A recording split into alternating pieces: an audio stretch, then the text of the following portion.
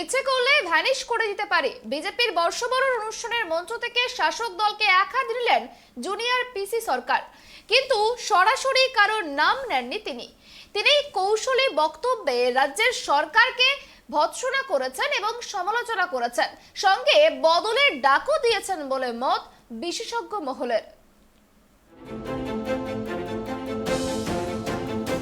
বিজেপির সাংস্কৃতিক সেলের তরফে বর্ষবরণ উৎসবের আয়োজন করা হয়েছিল রবিবার। সেই অনুষ্ঠানে উপস্থিত ছিলেন বিজেপির রাজ্য সভাপতি সুকান্ত মজুমদার, বিধানসভার বিরোধী দলনেতা শুভেন্দু অধিকারী।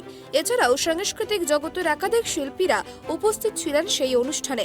শিলাজিৎ রাঘবের মতো সঙ্গীত শিল্পীদের পাশাপাশি উপস্থিত ছিলেন জাদুকর পিসি সরকার জুনিয়র। সেই অনুষ্ঠান মঞ্চ থেকেই নিজের বাগ্মিতা দেখালেন পৃথিবীর বিখ্যাত এই জাদুকর।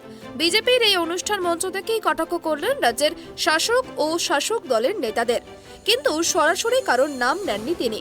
কিন্তু কৌশলী বক্তব্যে রাজ্যের সরকারকে সমালোচনা ভৎসনা করেছেন তিনি, সঙ্গে বদলেরও ডাক দিয়েছেন বলেই মত বিশেষজ্ঞ মহলের। নিজের নাম নিয়ে তার স্ত্রী মাঝে মধ্যেই কি বলে মজা করেন তা জানিয়েছেন পিসি সরকার জুনিয়র। সেই কথার মধ্যেই লুকিয়েছিল শ্লেষ, তাই তা শুনে হাততালিতে ফেটে পড়েন অনুষ্ঠানে উপস্থিতরা। পিসি সরকার জুনিয়র বলেছেন, আমার স্ত্রী আমার নামকে ব্যঙ্গ করে পাগল ছাগল সরকার বলে, ওনার অবশ্য অধিকার রয়েছে। পাশাপাশি ভারতের ম্যাজিককে বিশ্বের মধ্যে সর্বশ্রেষ্ঠ বলে দাবি করেছেন তিনি।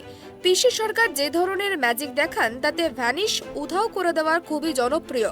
নিজের ম্যাজিক দেখানোর ক্ষমতা নিয়েও রাজনৈতিক কৌশলে রাজনৈতিক বার্তা দিয়েছেন বিশ্ববিখ্যাত জাদুকর। এই ব্যাপারে পিসি সরকার জানান, আমি জাদুকর লোক, আমি ইচ্ছা করলে ভ্যানিশ করে দিতে পারি, কিন্তু আমাকে দরকার হবে না।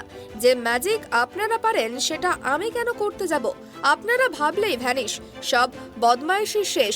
পৃথিবীর প্রতিটা কোণে থাকা বাঙালির মধ্যে ম্যাজিক আছে, সেটা বের করুন, জেগে উঠুন, দেখিয়ে দিন বাঙালি কাকে বলে। ক্যাঁ ম্যামা করে চিৎকার কারো ভালো লাগে না বলেই জানিয়েছেন পিসি সরকার জুনিয়র। সিএর প্রতিবাদে মমতা বন্দ্যোপাধ্যায়ের ক্যাঁ ছিছি নিয়ে জাদুকরের এই কটাক্ষ বলেই মত পর্যবেক্ষক মহলের। Bureau report, tribe TV.